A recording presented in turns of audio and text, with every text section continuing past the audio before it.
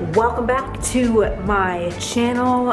Today we are going to be talking about part 2 of how do you become an asset. So just in the context of the wedding is happening this coming weekend. We are less than a week away. Leaving officially tomorrow.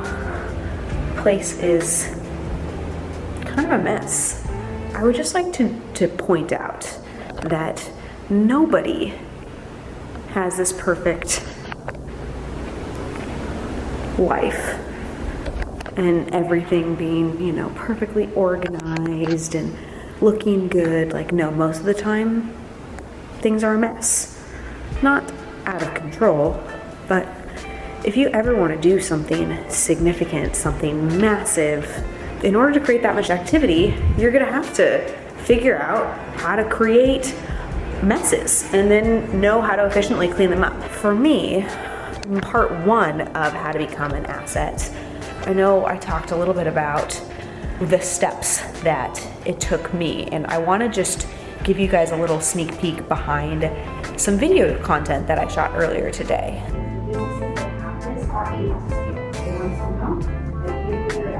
Thank you for signing up for the 10X Teams virtual call. You are not going to want to miss this call. It is going to be jam-packed full of the tips and strategies that you need in order to build scalable teams. The reason that some organizations fail and others succeed. I was in the studio, and let me just tell you that I always wanted to be somebody who could shoot video content, or who could speak on a stage, or who had the confidence to be able to raise their hand and contribute something in a group environment. But for so long, I was just not that person. I was terrified, paralyzingly terrified of speaking in public, being judged, of not knowing what to say or sounding like an idiot. It took me a long time in order to overcome this, but why that clip is so important is like now, today, even like literally right now, I can look directly into a camera. I have confidence in the things that I'm going to say. I have the strength to know that I can say something and then repeat it back if it's not perfect the first time, but ideally I get it right the first time. And that confidence comes from this mission I went on in order to become an asset, in order to gain true skill sets. That's what being an asset is. You have a real valuable skill set that can be exchanged for something else. Before I even was comfortable getting engaged or getting married, like I just intuitively knew that I did not have the skills that I wanted to have or that I needed to have in order to be an asset, not just to my relationship, but to myself. That is a significant part of being an asset. Like, how do you get confidence in yourself? How do you do the things that you need to do, the things that you tell yourself you're gonna do, in order to be really okay with what you put out there, having an opinion, stating what you know, and letting people see it, judge it, critique it, love it, hate it, whatever their response is gonna be, but you feel good about yourself. This whole becoming an asset thing started when I started leading a team. And I started leading a team far before I was ready. I made so many mistakes. The first team member I hired, he was young, and I thought that he would be a great addition to the team. He had just received his MBA, and he interviewed well. He was kind of smooth, and I thought, oh yeah, he was good. He'll be a great addition. I didn't have clear objectives for his role. I didn't have metrics for his role, and he became more of like a buddy in the environment than somebody who was actually contributing. When I started to make a pivot to his role, about 30 days in, when I realized the buddy thing had happened, it was uncomfortable and he didn't like the new role. He wanted it to be how it was the first 30 days, and it was painful. That was a poor leadership move on my part. I should have had it clear on the front end so that he was set up for success, but I didn't set him up for success. I changed things. He wasn't interested in changing, thought he could continue to do what he's doing, and couldn't be a fit for the environment because now he was disgruntled. I felt like a failure for the majority of my 20s, but what felt like important failures that allowed me to gain a skill set that I would learn from in order to become an asset. A lot of people don't know this about me, but I am incredibly sentimental. I think about the past and I learn from just different moments. I'm very retrospective, and I don't get to display that as much in the professional setting, but on a personal basis, you know, I have a soft spot for growth and for the past and for where I've come.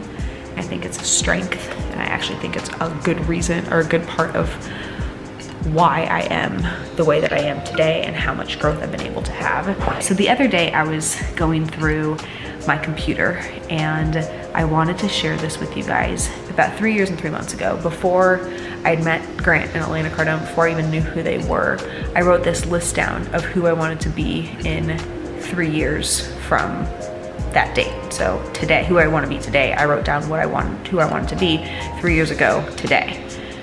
One of the things that I wrote down, this was back in 2018, I listed a thriving relationship with Brandon where we have a mutual sense of love and support.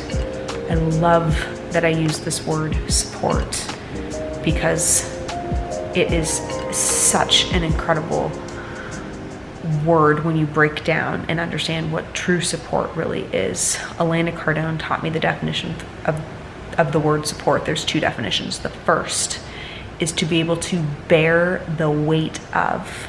This means that a support role has to be stronger than the weight that it is holding. So if I am supporting Brandon, true support, that means that I am stronger than what he needs in order for me to, than what he is, in order for me to be able to hold that up. I have to be able to take the weight of who he is or anybody else that I'm supporting. If I'm a support to Cardone Ventures, I have to carry the weight of Cardone Ventures, which means I have to be ready for the blows and the heaviness and the trials that comes with being in a support role.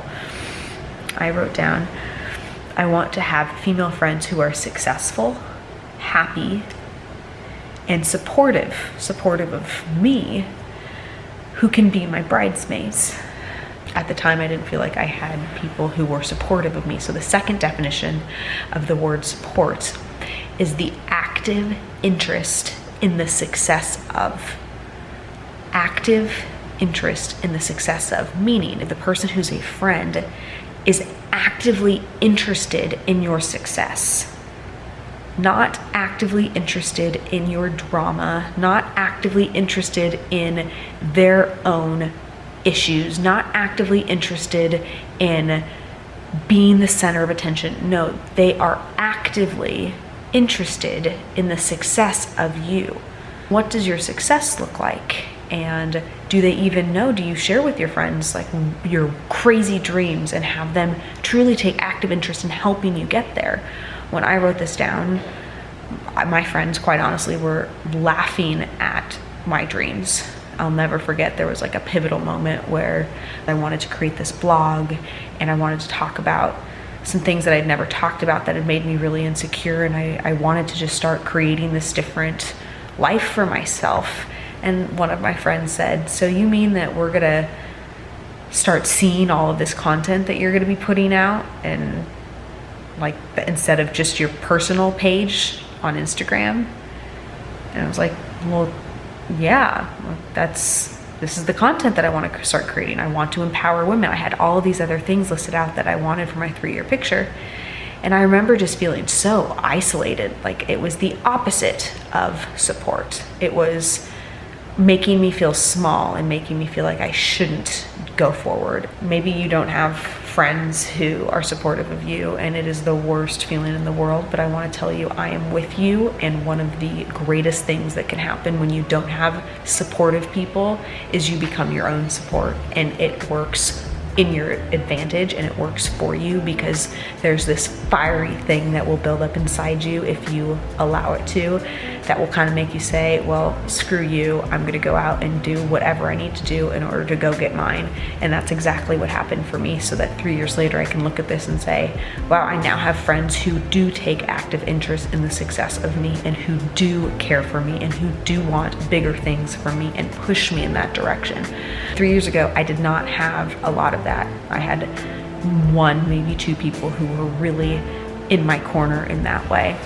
One of the greatest ways that you can learn to become an asset to yourself is by writing down the things that you want in this life and give yourself a time frame. So in 3 years, what is the 3-year picture of who you are?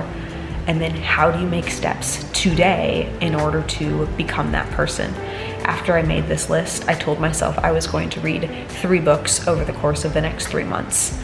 And one of those 3 books turned out to be The 10X Rule, which forever changed the trajectory of my life. I don't care if it's a wedding, I don't care if it's a high school reunion, whatever moment in your life you need in order to remind yourself that you want to be a different person at that moment in time. I wanted to be an asset at my wedding. I had this fantasy of what that looked like.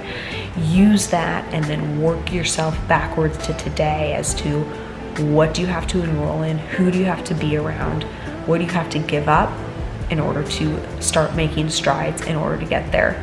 You're not just gonna wake up in 3 years from now not having done the work that you need to do in order to get to where you wanna go.